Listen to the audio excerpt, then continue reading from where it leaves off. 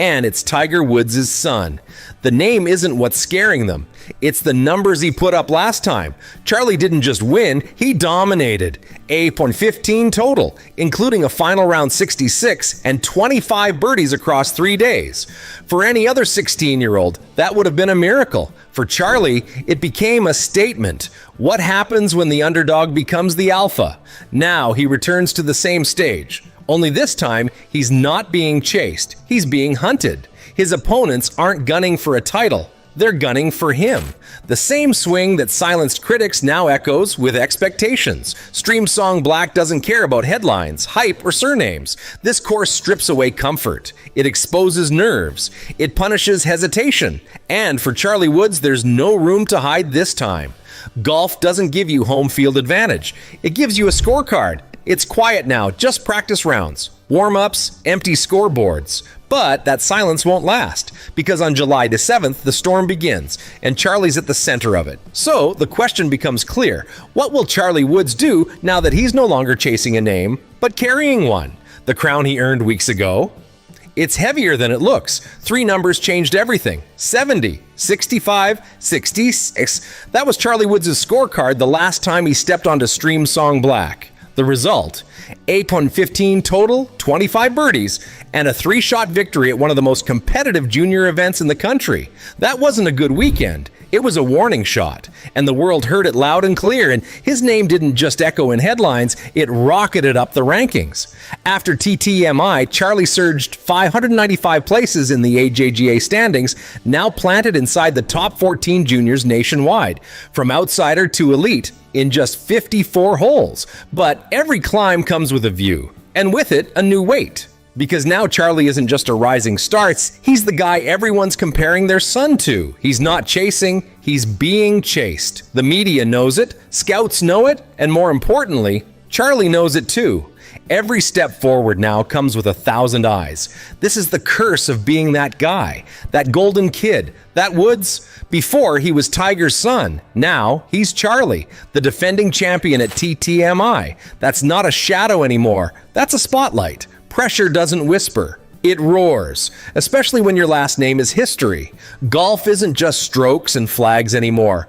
It's interviews, it's questions, it's opinions. Everyone's dissecting his swing. Everyone's forecasting his future. Every birdie he makes feels expected. Every bogey, headlines. When you win, you're lucky. When you lose, you're exposed. Even silence feels louder now. Every practice round, every stretch, every swing, it's not routine anymore. It's a performance. Charlie's not just playing golf, he's playing the narrative. And that narrative demands perfection, not progress. So, as TTMI returns, Charlie isn't just defending a title. He's defending a version of himself that golf fans, scouts, and doubters already believe exists. One weekend made him a threat. But this one, it'll define if that threat was real. If TTMI is the battle, then Stream Song Black is the battlefield, and it doesn't care who you are, it only cares how precise you are. This course is a masterpiece of punishment, designed to test not just your swing, but your patience, discipline, and nerve. Stream Song Black is built with elevation changes, blind tee shots, and greens that move like waves under glass. Stream Song doesn't break you fast, it breaks you slowly. Over 54 holes, even the smallest error becomes a scar, a pulled drive, a misread putt, a wrong wind call. There's no reset button, and unlike tour-level events, there's no cut to save you from embarrassment. Every round is a reckoning. Every hole is a microscope. The black course doesn't reward flashy, so it rewards precise. This is not a course where you survive off talent alone. You need strategy, restraint, and most of all, mental stamina. This isn't golf on a course, it's golf inside your head. And here's the thing about no-cut events, you're never safe. One cold day, one shaky front nine, and your week unravels. At TTMI, everyone plays all 3 days, including the ones having a nightmare. There's no bench to hide on, just 18 more holes to survive. And Charlie, he's walking in with a target the size of a flagstick. Opponents won't just test his game, they'll test his composure, his course management, his ability to handle 3 days of being hunted.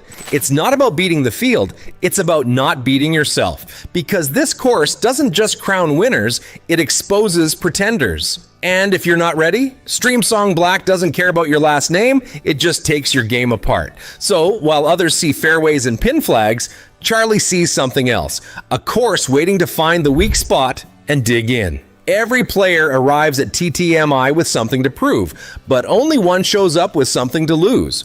Charlie Woods walks in not as a name to watch, but as the name they all want to beat. He's the headline, the target, the benchmark. And standing in his way, 72 of the best junior golfers in the country, each with a chip on their shoulder and a point to make. This isn't competition. It's a quiet rebellion. Because make no mistake, for every junior showing up at Stream Song, this isn't just a tournament. It's a chance to steal thunder, to shake the narrative, to take down the Woods legacy before it even begins. One weekend could rewrite who the future belongs to. But then comes the question nobody wants to ask out loud. What if Charlie cracks? What if the pressure, the noise, the weight of the Woods name finally spills over? What if the same focus that lifted him now paralyzes him? Confidence and collapse wear the same face until the scorecard drops. And yet, what if he does it again? What if Charlie walks back into the fire and burns everyone down with him? Another win. Another statement, another step closer to proving that hype was actually foreshadowing. TTMI might not crown a champion, it might unveil a prodigy. This isn't happening in a vacuum either. Just weeks from now, Charlie tees it up at the US Junior Amateur in Dallas, the biggest event of his year. And what happens at Stream Song will either build momentum or break it. This is no warm-up. This is a warning shot to the entire junior golf scene. So now, all eyes are locked on one outcome. Will Charlie's story escalate or unravel right in front of us? He's not just playing for points, he's playing to prove he belongs in the conversation. What Charlie Woods does at TTMI won't just shake up one weekend, it could tilt the entire landscape of junior golf. Because if he wins again, if he stares down the pressure, the field, and that course, we're not just talking about a talented kid anymore. We're talking about the next face of American golf. Momentum like this doesn't build twice. It either breaks barriers, or breaks you. A second TTMI title would trigger a chain reaction. Sponsors, invitational spots, international team nods, doors swing wide for winners. And for Charlie, those doors would be kicked open with force. Suddenly, he's not chasing a future. He's choosing it. But let's flip the script. What if he stumbles? What if the glare gets too bright and the weight gets too heavy? Golf fans won't just question the player, they'll start whispering about the bloodline. The Woods name built a dynasty, one that carried generations of awe, fear, and dominance. But now, it wasn't supposed to go viral. It was just another junior event on a humid Florida afternoon. But when Charlie Woods stepped up to the tee, all eyes zeroed in. And by the time he walked off the 18th green, having gone toe-to-toe with top-ranked amateurs and walked away with the win, the golf world had already hit record. This wasn't just a proud dad moment, it was a generational warning shot. Tiger was there, not just watching, but pacing the fairways like it was Sunday at Augusta. His eyes followed every swing, every putt. But when Charlie drained that birdie on the final hole, the crowd rose. Tiger's face cracked into something rare, pure, unfiltered pride. He pulled his son in, whispered something, and smiled like a man seeing the future unfold in real time. For once, the GOAT wasn't the story the kid was. The media? They erupted. Headlines like "Charlie Woods stuns field" and "Tiger's legacy just leveled up" filled every golf feed. Analysts didn't hesitate. This wasn't just a good round, this was a statement. A message that Charlie wasn't just a product of legacy, he was building something of his own. Overnight, the last name Woods meant something new. Social media exploded. Fans who grew up watching Tiger in his prime now shared clips of Charlie with their own kids. "This swing," one user posted, "isn't copied, it's inherited." Even PGA pros chimed in. One said, "I've played against Tiger. I'm not sure I want to play against his son." Fear just got passed down a generation. And now, the question is no longer if Charlie Woods has what it takes, it's how far he's going to go and how fast. Is this the next chapter in Tiger's legacy, or the first page of something entirely new? He's not step. The cameras were already rolling, but no one expected what happened next. During the PNC Championship, Tiger and Charlie Woods teed it up once again, father and son, side by side. They'd played together before, but this round felt different. There was an electricity in the air. And Charlie? He wasn't just tagging along, he was carrying moments. The world came to see Tiger. It stayed for Charlie. Then came the swing. One smooth motion. One perfect strike. Charlie Woods aced the par 3. A hole-in-one not in some practice round, but in front of fans, cameras, and his father. Tiger didn't just fist pump. He dropped the usual controlled cool and broke into pure instinctive joy. He rushed over, hugged his son, and didn't let go. Golf froze, and Tiger melted. Even more shocking? Elin Nordegren, Tiger's ex-wife, was there too. After years of public distance, she joined the moment. Ellen, Tiger, and Charlie, all three embraced in what can only be described as the most human moment Tiger has ever had on a golf course. No trophies, no red shirt, just family. The comeback wasn't in a tournament, it was in a hug. The commentators didn't miss it. One noted, Tiger looked like a dad first and a legend second. And they were right. For years, Tiger guarded his emotions like a scorecard. But on that day, he didn't even try to hide it. It was pride, vulnerability, and awe all at once. Even the GOAT had tears in his eyes. And just like that, the public saw Tiger in a way they never had. Not as the 15-time major winner, but as a father watching a dream take root in real time. And this time, it wasn't about the comeback of a champion, it was about the rise of an heir. For once, Tiger wasn't the story Charlie was. Ping out of Tiger's shadow, he might be reshaping it. It wasn't long after the PNC moment that Charlie Woods made headlines again, this time on his own terms. Competing in an AJGA event packed with elite junior talent, Charlie didn't just play well, he dominated stretches of the course with shot-making that left even veteran coaches raising eyebrows.